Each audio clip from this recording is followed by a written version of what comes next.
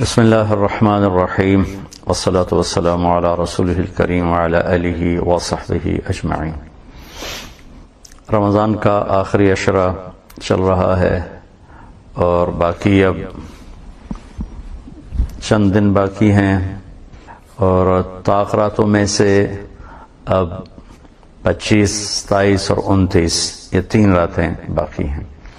اللہ تعالی ہمیں رمضان کے ہر لمحے کی قدردانی کی توفیق نصیب فرمائے، لیکن تاخراتوں کی خاص طور پر کن میں سے کوئی ایک رات شب قدر ہوتی ہے۔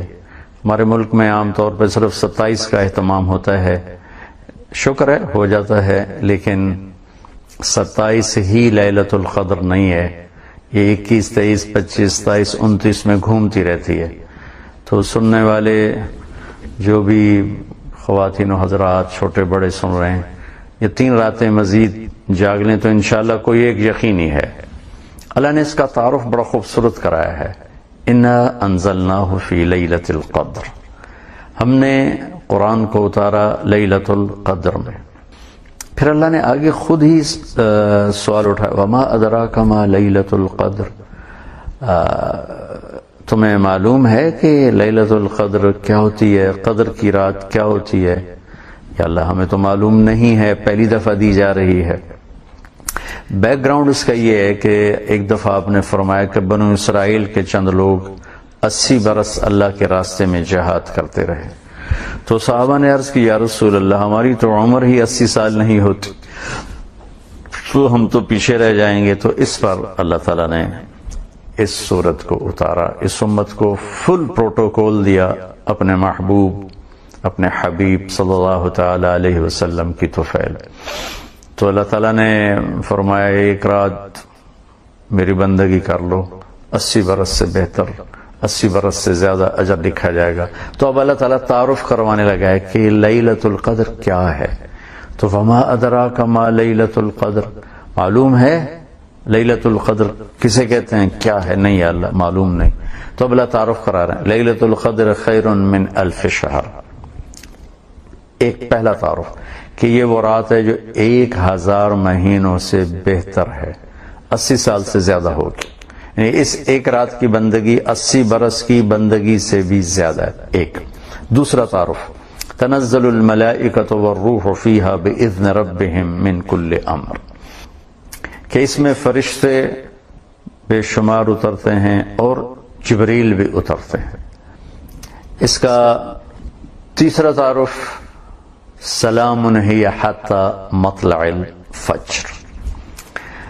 تو قرآن کیا کلام ہے میرے رب کا، کیا حسن ہے، کیا جمال ہے۔ اللہ نے لفظ قدر عربی کا لفظ ہے، اور اس کے جتنے بھی مطلب بنتے ہیں عربی میں، سب کو اللہ نے اس چھوٹی سی صورت میں گھما دیا ہے۔ لیلۃ القدر، قدر کہتے ہیں ایک مطلب قیمت، قدر قیمت کے لیے بھی استعمال ہوتا ہے۔ لا یقدر ثمنہ، عرب کہتے ہیں اس کی تو قیمت کا کوئی اندازہ ہی نہیں ہے، بہت زیادہ قیمتی ہے۔ تو پہلا لفظ، پہلا مطلب قدر، قیمت۔ تو اللہ تعالیٰ نے کہا میں تمہیں بتاؤں اس کی قیمت کیا ہے، لیلۃ القدر خیر من 1000 شہر، یہ وہ رات ہے جو اس کی قیمت 1000 مہینوں سے بڑھ کر ہے۔ سبحان اللہ۔ دوسرا قدر کا مطلب ہوتا ہے عزت، احترام، ما قدر اللہ حق قدرہ، میرے لوگوں نے میرے مقام کو نہ پہچانا، میری وہ عزت، مجھے وہ عزت نہ دی جو اس رب کا حق تھا۔ وہ ہم اس کو اردو میں بھی استعمال کرتے، تم نے تو میری قدر ہی نہ کی، میں آپ کی بڑی قدر کرتا ہوں، یہ تو بڑا قابل قدر ہے۔ تو یہ لفظ اردو میں ایک معنی ہمیں دیتا ہے، ہم اس کو اپنی زبان میں اردو میں عزت اور احترام میں لیتے ہیں، اور عربی میں بھی اس کو لیا جاتا ہے۔ تو اس کی وضاحت اللہ نے دوسرے جملے میں کی کہ یہ اتنی قابل قدر رات ہے، اتنی عزت احترام والی رات ہے کہ اس میں تنزل الملائکہ، اس میں فرشتے اترتے ہیں، والروح، اور اس میں جبریل اترتا ہے بِإِذْنِ رَبِّهِمْ، اللہ کے امر کے ساتھ۔ تیسرا قدر کا مطلب جو اردو میں استعمال نہیں ہوتا، وہ صرف عربی میں استعمال ہوتا ہے، وہ ہوتا ہے تنگی کے معنی۔ فمن قدر علیہ رزقہ، جس کا رزق تنگ ہو گیا۔ اللہ یبسط الرزق لمن یشاء ویقدر، اللہ جس کا رزق چاہتا ہے بڑھا دیتا ہے، جس کا چاہتا ہے گھٹا دیتا ہے۔ وَأَمَّا إِذَا مَا ابْتَلَاهُ فَقَدَرَ عَلَيْهِ رِزْقَهُ، اور جب اللہ کسی کو امتحان میں ڈالتا ہے اس کا رزق تنگ کر دیتا ہے، تو قدر تنگی کے معنی میں آتا ہے۔ یہاں اس کو کیسے بیان کیا ہے؟ تنزلو، تنزلو کا جو لفظ ہے یہ مبالغے کا لفظ ہے کہ بہت زیادہ فرشتے اترتے ہیں، بہت زیادہ، اتنے اترتے ہیں کہ زمین تنگ پڑ جاتی ہے۔ سبحان اللہ، کیا خوبصورت میرے رب کا کلام ہے، اللہ اکبر، کہ اس رات اتنے فرشتے اترتے ہیں کہ زمین تنگ پڑ جاتی ہے اور گھٹ گھٹ کے رہ جاتی ہے ملائکہ فرشتوں کی آمد اور کثرت کی وجہ سے۔ جیسے ہماری ویگنوں میں نہیں مسافر چڑھے ہوتے تو ٹھونسے ہوتے ہیں، تو وہ بیچاری ویگن ڈول رہی ہوتی ہے، ایسے یہ دھرتی اتنی تنگ پڑ جاتی ہے اس رات کے فرشتوں کی آمد سے۔ چوتھا مطلب ہے قدر کا حد بندی، حد بندی۔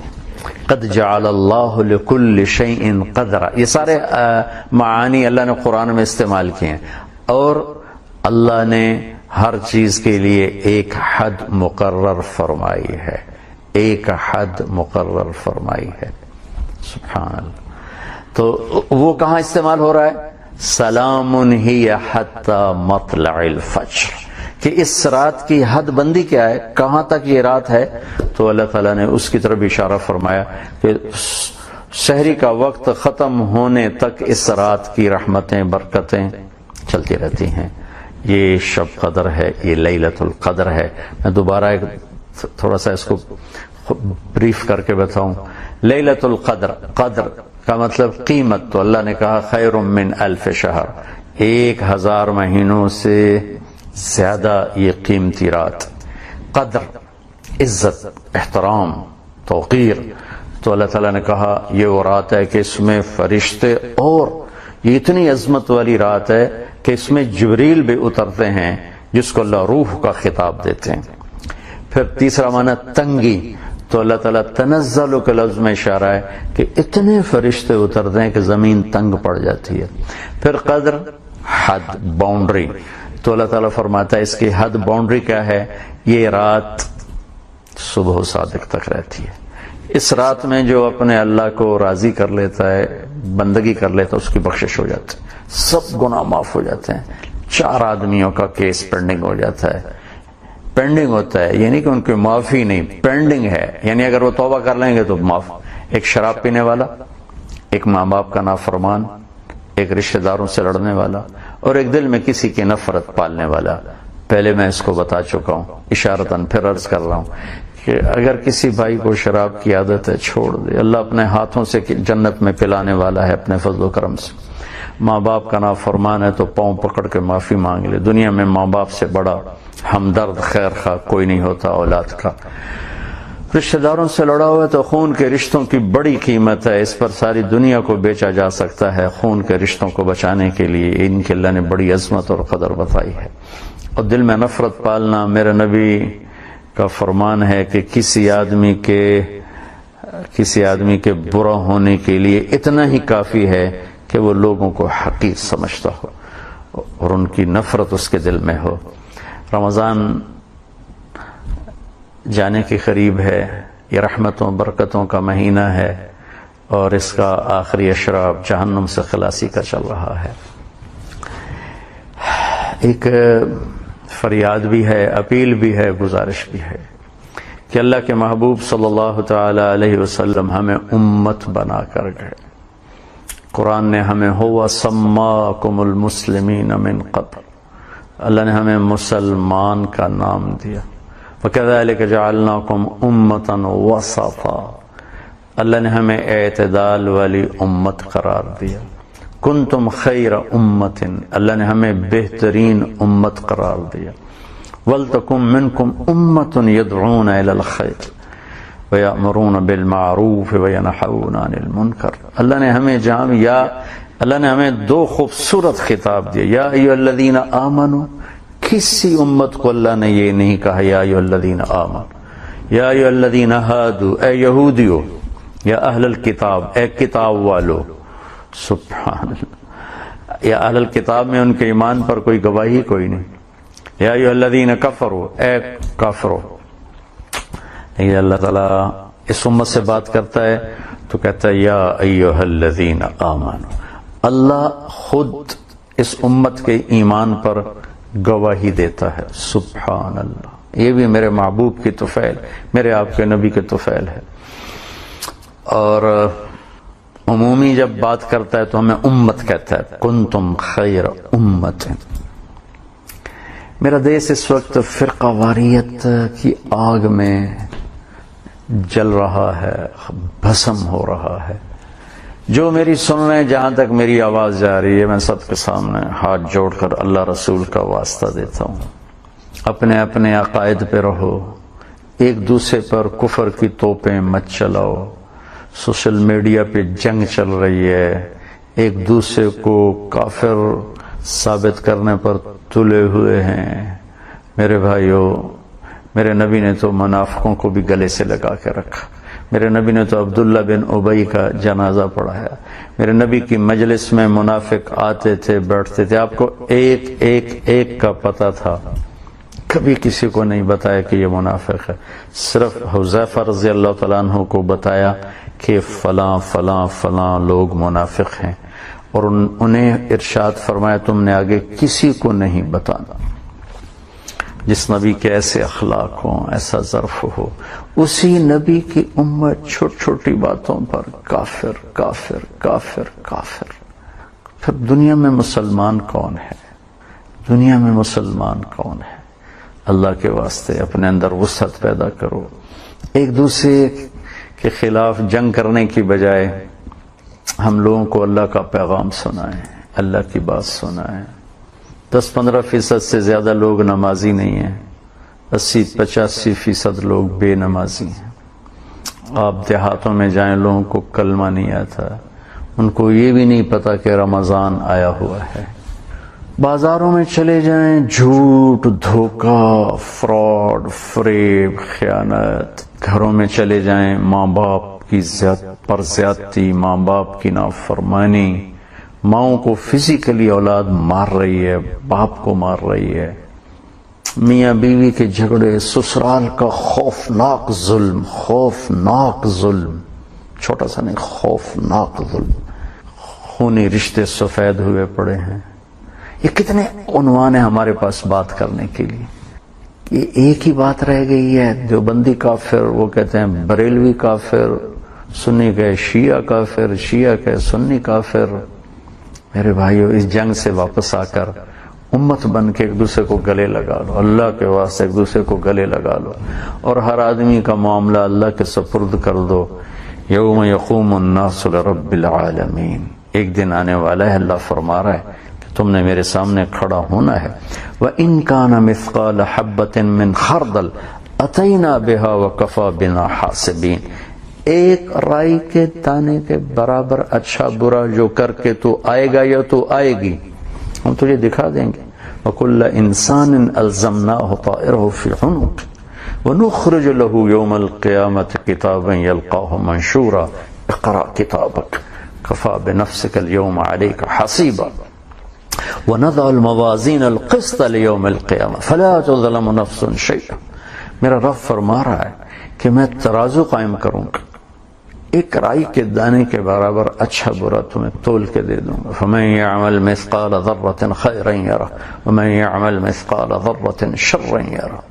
شر خیر ایک رائی کا ایک ایٹم کے ذرے کے برابر بھی ہے تو اللہ تعالیٰ فرماتا تول کے تمہیں دکھا دوں. تو وہ فیصلے کا دن اللہ نے آگے رکھا ہے. ہم ایک دوسرے کے پیچھے پڑنے کی بجائے ہم ان چیزوں کو عنوان بنائیں جس سے امت بنے، جس سے معاشرے میں خوبصورتی پیدا ہو. اس ساری محنت کا کیا نتیجہ نکل رہا ہے؟ ایک دوسرے کو سلام نہیں کرتے، ایک دوسرے کے پیچھے نمازیں نہیں پڑھتے، جنازہ نہیں پڑھتے، اتنا بغض، اتنی نفرت. بھائی اللہ کی قسم، یہ میرے نبی کی محنت کو توڑنے والی چیز ہے. ان الذین فرقوا دینہم وکانوا شیعا لست منہم فی شیء انما امرہم الی اللہ ثم ینبئہم بما کانوا یفعلون. جنہوں نے اپنے دین کو ٹکڑے ٹکڑے کر دیا اور گروہوں میں بٹ گئے اور فرقہ واریت کا شکار ہو گئے، میرے محبوب آپ کا ان سے کوئی واسطہ نہیں ہے، آپ کا ان سے کوئی واسطہ نہیں.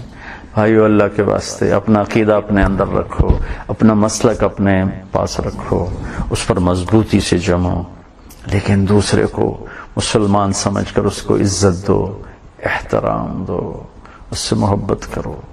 اس درجے کی نفرت، اللہ کے واسطے ہم اس سے باہر نکلیں، ایک دوسرے کے لیے اپنے سینوں کو وسعت دیں. بغداد کی تباہی کے پیچھے فرقہ واریت بہت بڑا فیکٹر تھا، اندلس کی تباہی کے پیچھے فرقہ واریت بہت بڑا فیکٹر تھا. قوم اس امت کو باہر والوں نے کم توڑا ہے اور آپس میں ٹوٹ کے یہ زیادہ بکھرے اور تباہ اور برباد ہوئے ہیں. میرے نبی کی آخری وصیت تھی لا ترجعوا بعدی کفارا یضرب بعضکم رقاب بعض. میرے بعد ایک دوسرے کی گردنیں نہ کاٹنے لگ جانا. اس کو اپنے کفر سے تشبیہ تک، میرے بعد کافر نہ ہو جانا. کیا مطلب؟ کہ ایک دوسرے کی گردنیں کاٹنے لگ جاؤ. ایک دوسرے کی گردنیں کاٹنے کو آپ نے کفر کے ساتھ تشبیہ دی ہے. میرے بھائیو، اللہ تعالیٰ بہت کریم ہے. ایک بدو آیا، کہنے لگا یا رسول اللہ قیامت کے دن حساب کون لے گا؟ آپ نے کہا اللہ لے گا. کہنے لگا نجونا ورب الکعبہ. کہنے لگا رب کعبہ کی قسم، مزے ہو گئے. آپ نے کہا یہ کس بات پہ کہہ رہے ہو؟ کہ ان الکریم اذا قدر عفا. سخی بادشاہ جب پکڑ بھی لیتا ہے تو چھوڑ دیتا.